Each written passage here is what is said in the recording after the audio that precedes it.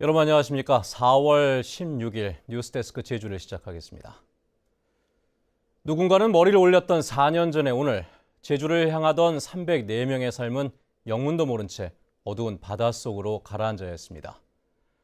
언론들은 대형 오보를 쏟아냈고 어떤 이들은 무언가를 감추기에 급급했으며 기억마저도 강제로 앗아가려 했던 엄혹했던 시간.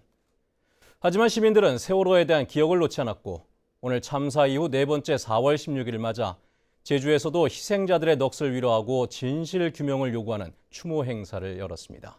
이소현 기자입니다.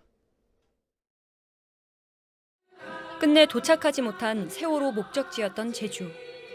촛불을 든 시민들이 한자리에 모였습니다. 4년 전 그날을 기억하기 위해서입니다. 아직까지 진실이 규명되지도 않았고 정말 왜 침몰이 됐는지조차 다들 예상만 하거나 아니면 정확하게 밝혀진 게 없기 때문에 계속해서 마음은 무거운 것 같아요.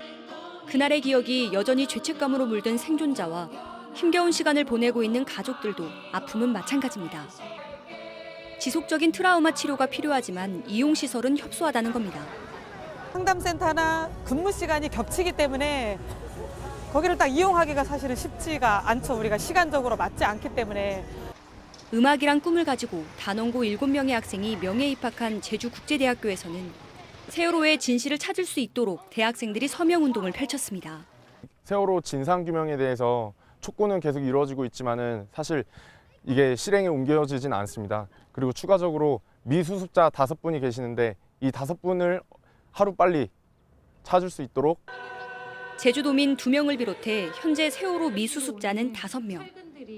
세월호 참사를 기억하기 위해 제주항 여객터미널에 이 기억 공간과 기억 조형물을 세우는 방안을 시민단체와 제주도가 협의하고 있지만 1년째 진전이 없는 상황입니다.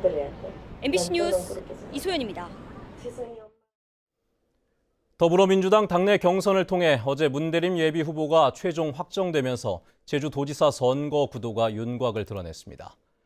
원희룡 도지사가 탈당한 바른미래당에서도 장성철 도당위원장이 출마 의사를 밝히면서 도지사 선거는 5파전이 될 것으로 예상됩니다. 김찬영 기자입니다. 더불어민주당 제주도지사 후보로 문대림 예비후보가 최종 확정됐습니다. 문 후보는 당원 투표와 도민 여론조사에서 모두 김은함 후보를 앞서며 과반수가 넘는 56.3%의 표를 얻었습니다. 문 후보는 경선 직후 SNS를 통해 제주 정치의 새로운 역사를 쓰라는 준엄한 명령으로 받아들이겠다며 반드시 승리하겠다고 밝혔습니다. 당내 경선 과정에서 파열음이 컸던 만큼 후유증을 극복하는 게 가장 큰 과제로 남았습니다. 이런 가운데 장성철 바른미래당 도당위원장도 소득 불균형 위기를 해결하겠다며 도지사 출마를 공식 선언했습니다. 자유한국당 김방훈 예비후보와 녹색당 고은영 예비후보는 일찌감치 출사표를 던졌고 바른미래당을 탈당한 원희룡 도지사도 이번 주에 출마를 선언할 것으로 보입니다. 5명의 출마가 기정사실화되면서 이번 선거는 지난 1995년 제1회 전국 동시 지방선거 이후 가장 많은 후보가 나오게 됐습니다. 최종 후보자 등록은 다음 달 24일부터 이틀 동안 이뤄지며 엿새 후인 30일부터 공식 선거운동이 시작됩니다. 5월 30일 본격적인 선거운동이 개시되면 거리 유세를 할 수 있고 방송연설, 또 신문 광고, 방송 광고까지 할 수 있고요. 또 그리고 유권자도 그때는 비로소 직접적으로 그 말로나 아니면 전화로 지지 호소를 가능합니다. 본선 대진표가 윤곽을 드러낸 가운데 제주 MBC는 제주 CBS, 제주신보와 함께 내일 여론조사 결과를 보도합니다. MBC 뉴스 김찬현입니다. 제주 4.3 지방공휴일 지정과 관련해 정부가 대법원 제소를 중단하고 입법 절차를 진행하기로 했습니다. 행정안전부는 법률안이 국회에서 발의되고 지방공휴일 지정에 대한 요구가 커짐에 따라 관련 규정안을 마련해 입법 절차를 진행한다고 밝혔습니다. 4.3 지방공휴일은 지난달 제정 공포됐고 이는 전국 지방자치단체 가운데 처음입니다. 무사증으로 제주에 온 중국인이 여객선을 타고 다른 지방으로 몰래 빠져나가려다 경찰에 적발됐습니다. 그런데 이 무단 이탈을 알선한 것은 이미 도내에서 불법 체류 중이던 또 다른 중국인들이었다고 합니다. 김항섭 기자의 보도입니다. 헬기에서 경찰들이 급하게 내리기 시작합니다. 화물차에 타고 있던 남성 2명은 경찰이 들이닥치자 크게 당황합니다. 당신을 제주도에서 불법으로 육지로 나간 혐의로 현행범 체포합니다. 무사증으로 제주에 들어와 불법 체류 중이던 중국인 53살 추모 씨가 무단 이탈을 시도한 것은 지난 10일 오후.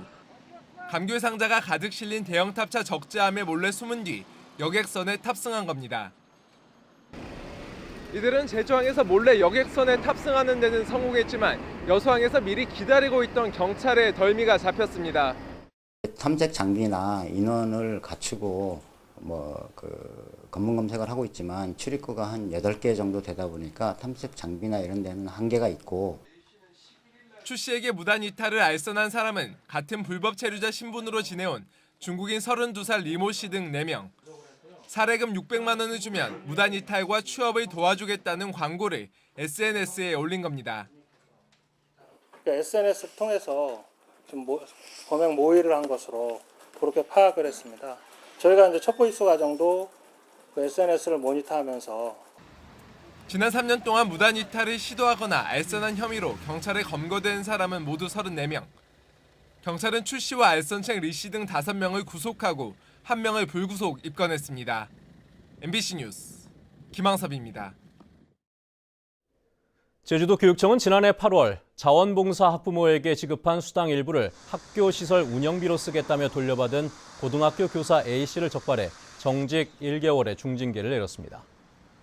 교육청은 이번 건이 청탁금지법을 위반한 첫 사례며 돌려받은 돈은 15만 원이어서 고발 조치는 하지 않았습니다. 한편 교육청은 교육과정 운영비를 개인적으로 사용한 모 초등학교 병설 유치원 교사를 물품 횡령의 혐의로 경찰에 고발했습니다.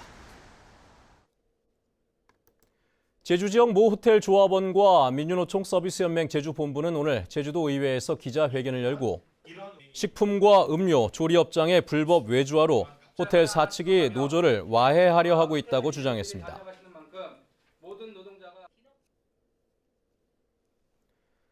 뉴스데스크 제주를 마칩니다. 여러분 고맙습니다.